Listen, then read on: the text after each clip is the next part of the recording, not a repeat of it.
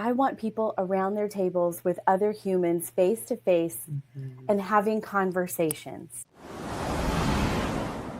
Welcome back, welcome back, welcome back to another episode. As always, I am so grateful to be with you for one more episode because, without you all, there is no podcast. So today, I am super excited. Now, y'all who've been following me and listening to the podcast know that I had the opportunity to do my second TEDx talk with Asheville a couple of weeks ago. And I met some amazing people, few of who you are about to be seeing on this podcast, because they did some amazing talks with some really meaningful messages. And so this young lady here who is with me today, not only did she share that red rug with me, but she was one of my practice partners. She was my girl. And she did this amazing talk. We're going to reveal it in a minute. But what we want to talk about today is how community, how like really leaning into community is a cure, can be a cure for loneliness. And I want to just quote something that Ashley said that really hit me in her talk. And you're going to have to go watch it. We're not going to reveal everything, but you're going to have to watch this, right? But she said, the thing about loneliness is that you don't always know you're in it until someone pulls you out of it. And that hit me so hard in a good way, because I know that I have experienced loneliness being a lone ranger, being a single mom. Like, I've experienced loneliness. And for me, the cure has been leaning into and letting in community. So without further ado, Ashley, welcome to the show. I'm so excited that you're here with me. Thank you so much. I'm so excited for this. Yes. So I love for my audience to really get to know my guests. And so I would love for you to share a little bit about who you are, what you do, and how you came to be where you are in what you do in the world, how you impact the world. Yes, I'm Ashley from Asheville, North Carolina. People always get so excited when I introduce myself that way. Ashley from Asheville. So cute. Yeah.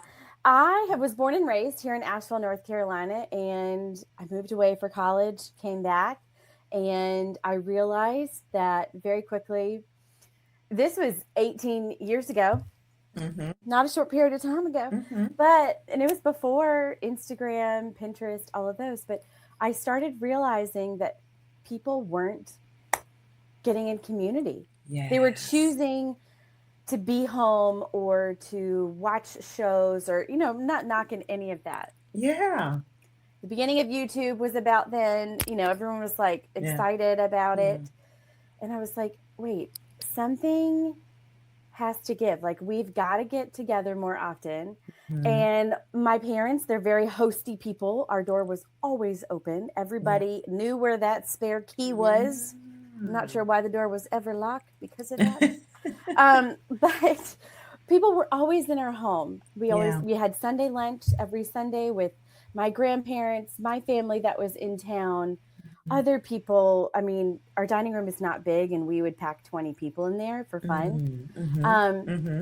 And because of that, people would ask, Ash, how did you make this? How did you set the table this way? Why did you choose to put cookbooks on the table? Because I didn't want to go buy anything new. Right. I started my blog, Sweet Pea Lifestyle, very quietly, didn't tell anyone. And at the time, blogs were like your way of journaling, weblogging, your life, like your family life, all of that. And I was like, oh, I could do this. Like, I don't have that, but guess what? I got fun recipes and really great, easy tips for making gathering easier. And so it just exploded from there. And it's the same heart that it was 18 years ago, that I want people around their tables with other humans face to face and having conversations. I feel like that art of conversation has been so lost. Yeah. We've all been in those situations where we're the ones asking questions and it's not reciprocated, and you're kind of like, yikes, okay, cool. Yeah. So, absolutely. Yeah. I love that. I didn't realize it had been 18 years that you've been doing this. I know. Yes. And it's so meaningful because I'm gonna tell you, like, I'm a tested introvert. When I took the Myers-Briggs, like I test on Yes. the introverted side. I love my own company. I don't mind being home alone. Yes.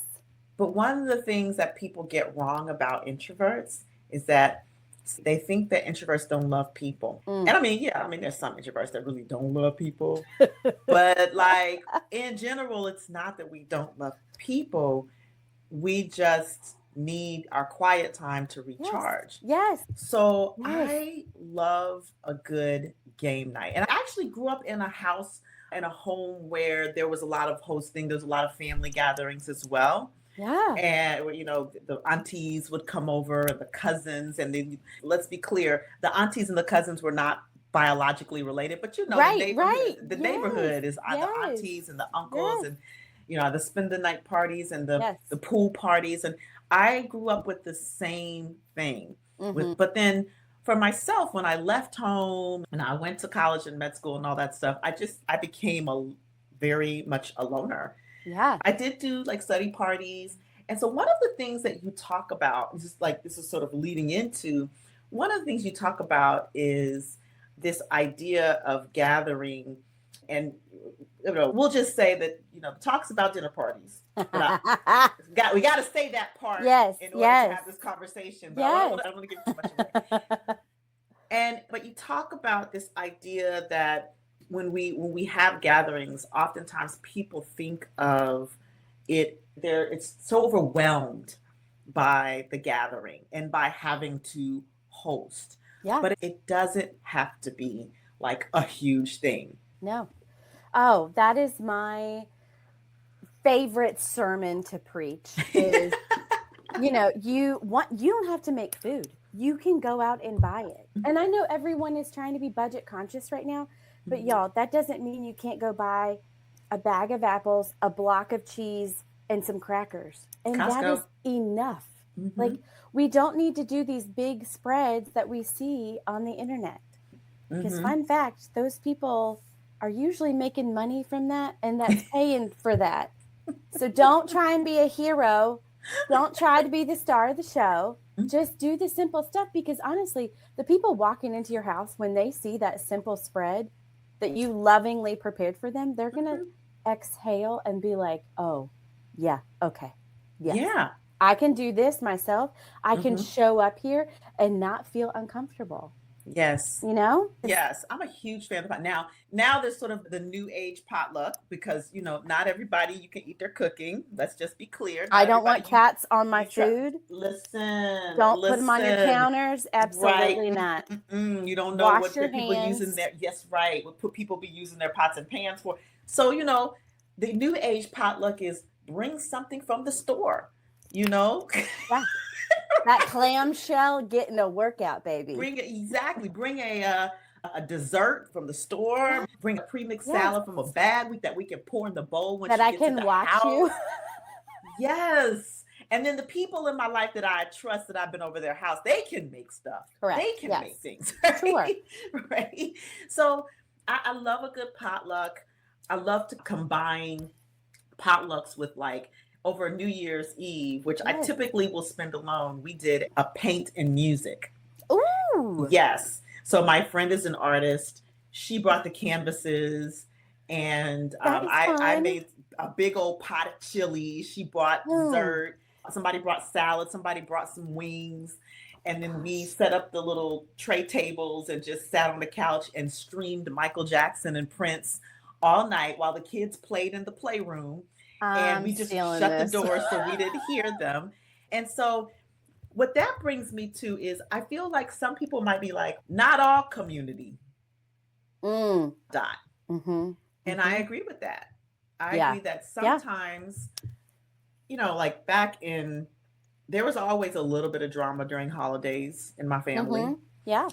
And you kind of got used to that. But as an adult, when you want community that pulls you out of a space, a loneliness space or a negative space, or when the world is in conflict and you want the safe haven, you want the right community. and it's the One of right my community. phrases that I use all the time is my boundaries protect my softness. Ooh, say it again, girl. Say it again. My boundaries protect my softness. Mm. Because I am very good at coming across as almost dismissive. I call it I'm on the wall. If I'm in a situation where I'm in the company of people who I know I don't align with, I know something will probably be said that's going to irritate me, and I don't want to get into it with them because it's not worth my time and effort and my energy. I go on the wall and I get a flat affect and I just stay back. And that's me protecting my softness and my boundaries. However, in that same phrase, I know that when I invite people over to my home, if I know them well and I know that they're in that camp, okay, we're going to have a different kind of evening, you know? And you can still do that with people who you don't know and you're welcoming into your home. Yeah. You stay on the surface, people. It's okay not to go deep right out the gate. That's true.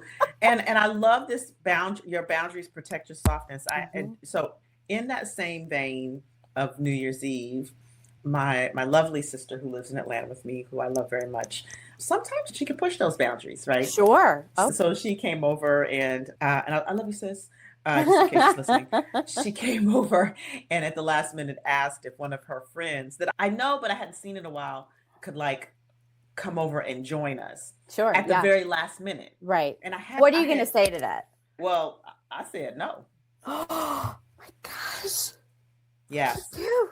That's amazing. No. And I said welcome no. to adulthood. Right. And I said no because I really had carefully curated who I wanted to bring the new year in with. And I had prepared the evening just so. And while in another circumstance, like if it was just a game night, or if I would have probably said yes. Sure. I didn't know him well enough and I didn't know his energy well enough to know whether I wanted him to be in the space. Yeah. And so I just said, not this time. Right. Yeah. And she was like, well, she's like, that's okay. I told him I didn't know. And So it didn't end up being a thing. Good. But it was very challenging for me to say no because I did want to be welcoming. Sure. But the boundaries protect the softness. And we had an amazing evening that night because I protected my peace. Yes. Which allowed me to be soft.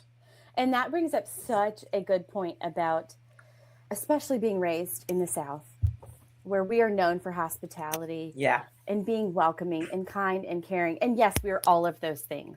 But that does not mean you have to say yes to everything. You get to say no. And no is a complete sentence. That's right.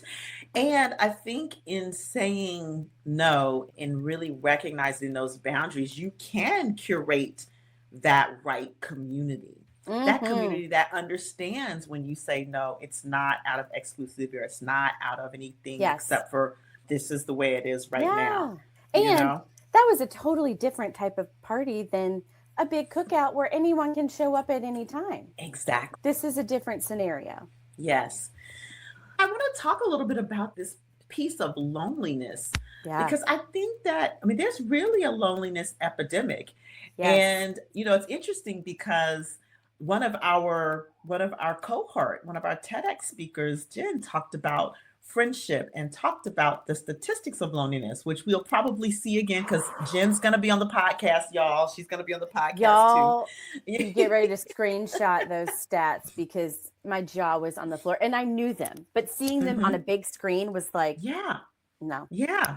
And so we're going to talk about that in another podcast, but get ready to meet my TEDx friends, y'all, because y'all look, you're going to be sick of me. You're going to be sick of us. Not really, but but yeah, so this piece of loneliness and especially the part where you say you don't always know that you're in it. Yeah. And until someone pulls you out of it. I think the question I have that comes to mind is how do we recognize that our people are in it? And so that we can gently pull them out of it. And how do we curate community? So this is kind of a double-sided coin question. So how do we recognize other people? But how do we curate a community that will recognize when we're in it Mm-hmm. and will check in on us and be like, hey, you Yes. good? Yeah. I know for me, my friends, my dearest, closest friends, they, will text probably every week and say, how many times did you leave your house this week? It's Thursday and I just left my house this morning before this to get my oil changed. Mm-hmm, mm-hmm, mm-hmm. Cool. Because I'm very good at not leaving my home because I don't want Yes, to. I love my home. I am yes. also an introvert. I can people very, very well, Yeah. but I love being home. I love being by myself. Mm-hmm. But, there's some times where it's like, wait a second. When was the last time I left my home and went to be with people? Oh, Mm-hmm. 8 days ago. Okay, that's way too long. Yeah. So I think it's you giving your people the, hey, if I'm not responding, if you haven't heard from me, just check in and don't Yeah. stop. Like, if I don't Mm-hmm. respond, keep checking. Yeah. Um, and that goes the same way with your friends too, even if they are, in a partnership of any kind, in a home with other people. Like, we all know we can be very lonely in a sea of people. So Mm-hmm. just keep checking in and saying, how are you? How's your heart? What you doing? Are you getting out in the day to day? You Mm-hmm. know? Mm-hmm. Mm-hmm. Um, Yeah. yeah, I love that. it's a fine line though. It is. Mm-hmm. And I totally, totally get that. Mm-hmm. And so I think sometimes people think they're being annoying. And I'm like, no, if they're really your people, Mm-hmm. it's not going to be that way whatsoever. It really, you're so right about that. I'm gonna be entering a season of life in the fall where I will be living totally alone. Most Mm. of my community knows, the community, the listeners know that I have an 11-year-old who will be Mm-hmm. 12 in October, but he is going to be transitioning to primarily live with his father, who lives in a Mm. different state in the fall. And so this is going to be new, like I'll be like you, I'll be like in the house by myself most of the time. And so what I've been doing, and I think this is something that we can do, like what you're saying, like giving your community permission, Mm-hmm. is I've been telling people, okay, starting in August, I may need to be going out to dinner more. I need you to be checking on me a little bit more. I need you to be pulling me out the house a little bit more because it's going to Yep. be an emotional transition for me. Yep. And I love my own company. Yep. So, Yes, exactly. Even though I love my own company, I appreciate when someone just texted me this morning and said, mhm. can you do something on Saturday? And I said, not this weekend, but don't stop asking. Yes, I do the same thing. Don't stop asking. Yes. And Yes. even when that's another thing that is huge in the loneliness thing. If Mhm, somebody says no to you, that's not it's not an attack on you. They don't not like you. mhm. They just don't have capacity. It's okay. Yes. And there's a question you can ask. How can I support you? What do you need? Do you need space? Or like I have a friend who I just every now and then send him a voice note. Say, Mm, hey, I don't want anything. I'm just yes. checking on you. How are you Yes. doing? Yes. How can I support you? Let me know Mm-hmm. that you're alive. SOS me. Like, just give me a heart text so I know that you're still with the land of the living. And he'll text back and say, "Hey, just want you to know all is well. I'm doing well. Yes. I'm just doing this over here, or I'm just busy over here." And Yeah. so sometimes it's just a matter of like sending a little voice note or a Yep. little love Yeah. note, saying, Yes. "Hey, checking on you, Yep. sending you hugs, And sending it you takes less love." than 60 seconds. That's right. You That's know? right. Mm-hmm. Yeah. Yeah. Mm-hmm. It's a I very love simple that. thing to do. We're all face down. So I want to talk a little bit about this idea of hosting and the proverbial table. Yes. Yeah, I so this is we're about to go deep. Okay. Prepare yourselves, people. prepare ourselves. I don't even know what year it was. I want to say maybe 2018, 2019. I was still in the church. I was working from the church that I grew up in, and I had gone to Dallas for this huge church conference. Hmm. And I went by myself, fine. But one of the things that kept coming up in every single session I went to, and it was not a theme of the conference, it wasn't anything, but it was, what tables are you setting? Mm. And I was like, oh my gosh, this doesn't just apply in the church world. This applies anywhere to anyone. That's right. What tables am I setting? Whether it is my desk, whether it is the coffee table at the coffee shop, the coffee table in my home, whether it's the grocery cart in the grocery store. How am I setting that table to be kind and caring for the humans that come into my life, even for 30 seconds as they pass you? Yeah, I love that. It's like the table being more of a space. Yes. It's just the space for connection that Right. we create. That's right. We have to give something. We have to give part of our energy to that person that we are looking at eye to eye. And without that we don't get that connection. We don't get that courageous connection. And you can do it anywhere. It doesn't have to be a table. Yeah. And I think that then speaks to hosting being something bigger than just having people over, right? Yeah. Hosting being the space you come from, and the table being the space between you. Yes. Right. Yes. And how intimate is that space between you? And what are you bringing as a host for people's emotions, people feeling safe, people being able to be vulnerable and trust you with their heart. And I think that's just so beautiful to be able to like think of hosting a little bit differently than just, hey, come over to my house. Although that's good too, because that's inviting them out of the house.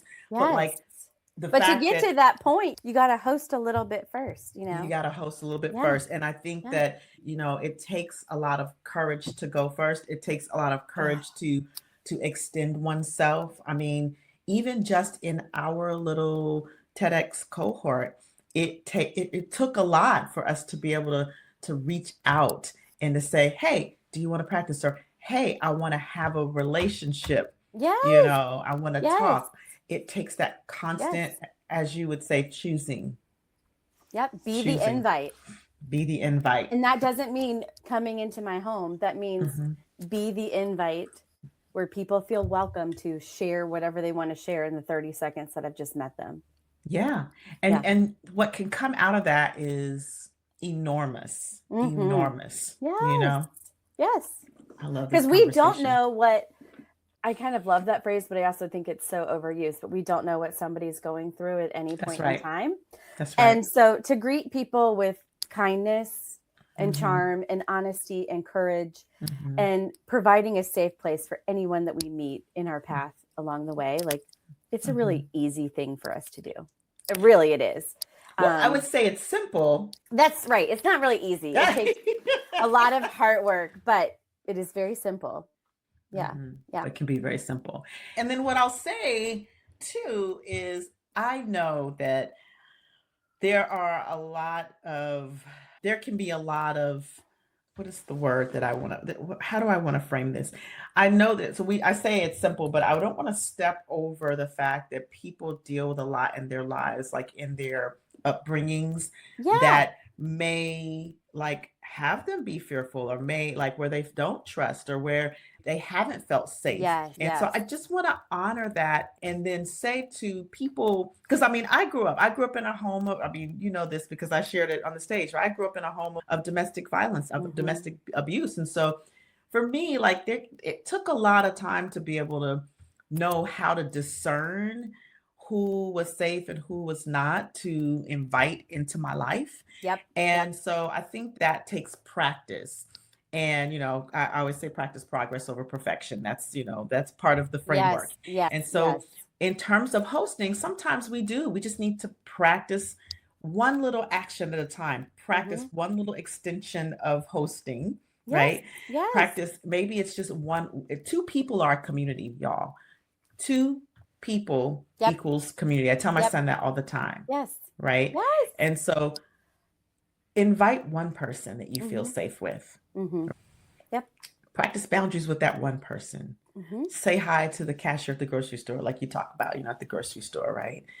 Just practice small acts and build up to what hosting might look like for you, what feels comfortable and safe for you.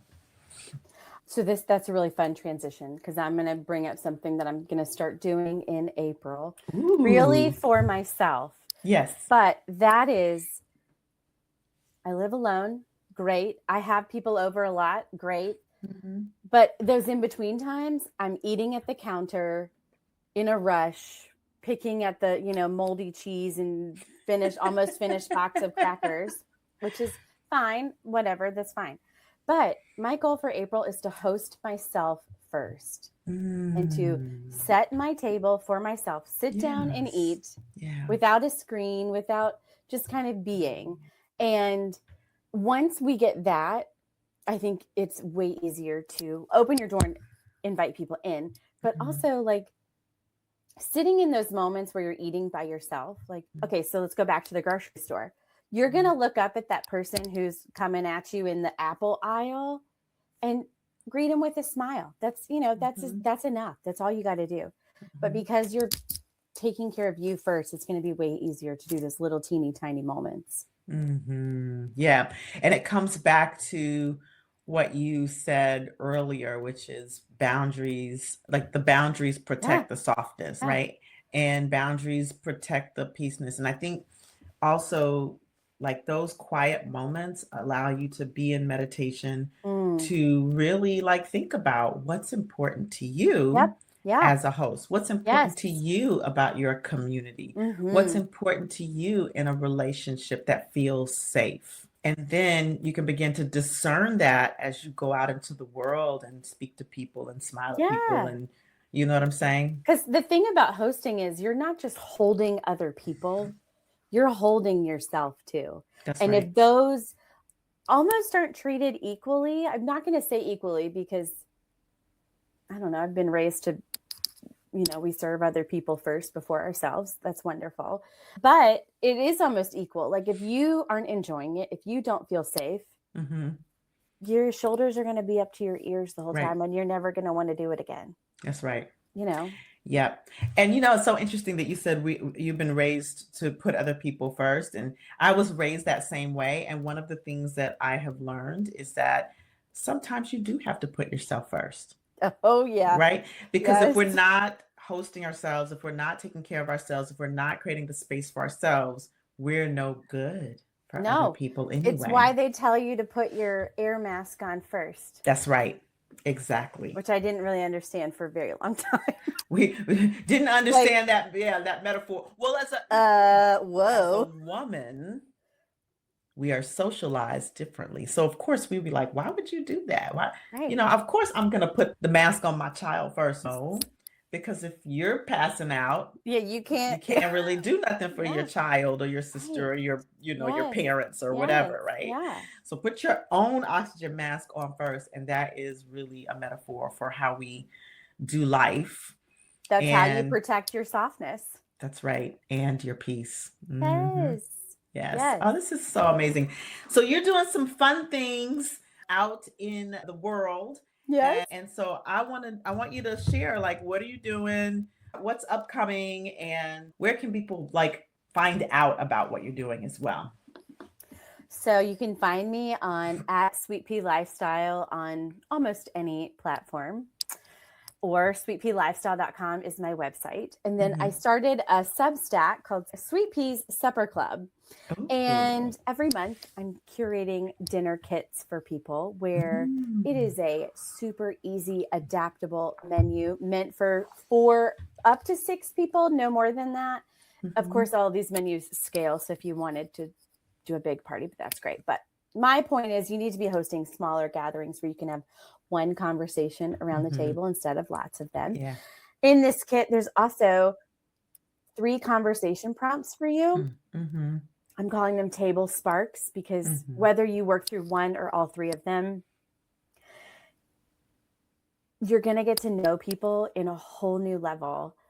And this is for people who you have known your whole life. It is for people you just met and are welcoming into your home. It's a very easy, simple way to gather around the table and cultivate community right where you are. Yes, I love that. It just occurred to me, there's a whole nother conversation to be had about the conversations we have at the dinner table and how the conversations at the dinner table are the conversations that can change the world. So let's put a pin in that because this is our part 2. Yes. I was like, how did I got so much to say about that. So yeah, that is our part 2. We'll figure out when to put that, because I think that's such, I will wait until after the talks come out so then they can hear the talk. Yeah. And then they can listen to the talk, and then, we can come back with that conversation. Yes. Yeah, that's such a great one. I love that you're doing dinner party kits. And I think that it is important that we start to have these conversations around the table as well. Yes. They're very important. So this is going to be a really good one. Oh. Well, Ashley, it's been a pleasure to have this conversation. I think this, really idea of hosting and having community be sort of that thing that pulls you out of loneliness, especially at a time where we're in a loneliness epidemic, is so important. It's so important. And I love the way you're bringing it to the forefront with the dinner parties. And so thank you for like being here and having that conversation. I look forward to the next conversation. Yes. And just thank you for, like being a partner with me in the journey of TEDx this past 4 months. It's been incredible. And knowing you, and now that you're in my orbit, in my life, and I'm just very grateful. So thank you. Thank you. Well, all right, y'all. So this is part 1 of a 2-part conversation. So that means you have to stay tuned for the next one, where we are going to talk about like the kinds of conversations that we can cultivate at the dinner table that can change the world. And in the meantime, in between time, share this episode, share it with a friend, share it with a colleague, share it with a family member. And at the time of this recording, our talks are not quite out yet, but you may find that if you're listening to this, if you check the show notes, depending on when they are, if they're in April or in May, and I'm just saying this out loud, there may be some links in there for you to watch our talks. Either way, you're going to be getting links to, if you follow me on social media, I'm going to be posting all of the links to my TEDx Families talks, including, of course, my own. Share this episode, though. Share with a friend, share with a family member, share with a colleague, so that they can start to have this conversation of what it looks like to cultivate a community that can cure loneliness. All right. Yes. So thanks, Ashley, for being here. Thank you. Appreciate you. Thank you to the audience, because, of course, without you, there's no podcast. You all have an amazing week. And until the next time we see you, stay empowered.